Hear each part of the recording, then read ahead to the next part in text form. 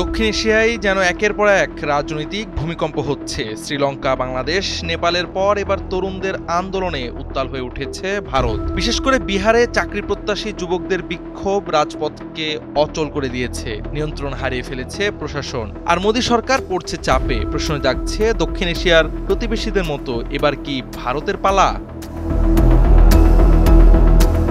গত ৯ সেপ্টেম্বর সকাল থেকেই প্রায় ৩,০০০ তরুণ পাটনা কলেজ চত্বরে জড়ো হন। সেখান থেকে তারা মিছিল নিয়ে এগিয়ে যান মুখ্যমন্ত্রী নীতীশ কুমারের বাসভবনের দিকে। পথে কেতন মার্কেট, বকরগঞ্জ, গান্ধী ময়দান, ডাকবাংলো স্কয়ার সহ শহরের গুরুত্বপূর্ণ অংশগুলো কার্যত অচল হয়ে পড়ে। আন্দোলনকারীদের অভিযোগ, সরকার শিক্ষক নিয়োগের শূন্যপদ কমিয়ে তাদের ভবিষ্যৎকে ধ্বংস করছে।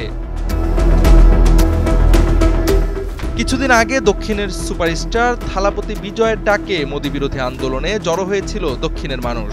পশ্চিমবঙ্গে বাঙালিদের হেনস্থার অভিযোগে মমতা ব্যানার্জি ইতোমধ্যে নরেন্দ্র মোদীর সরকারকে গদি হারানোর হুঁশিয়ারি দিয়েছে। দেশ জুড়ে গণপদযাত্রা শুরু করেছে রাহুল গান্ধী। এর মধ্যে বিহারের এই গণক্ষোভ ভারতের রাজনীতিতে নতুন সমীকরণ দাঁড় করিয়েছে।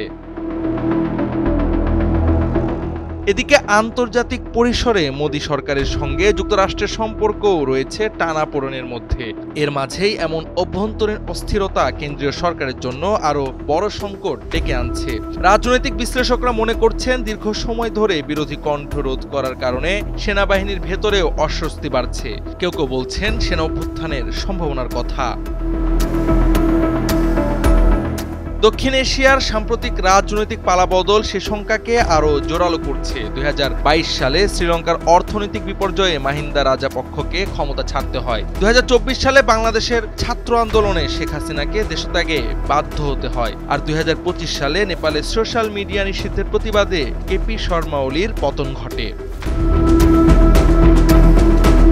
ভারতের রাজপথে এখন যেন সেই একই চিত্র। তরুণদের আন্দোলন দ্রুত ছড়িয়ে পড়ছে, সংগঠিত হচ্ছে। তাই রাজনৈতিক অঙ্গনে এখন জোরালো প্রশ্ন, দক্ষিণ এশিয়ার ধারাবাহিকতার অংশ হিসেবে এবার কি ভারতেও নেতৃত্বে বড় পরিবর্তন আসছে?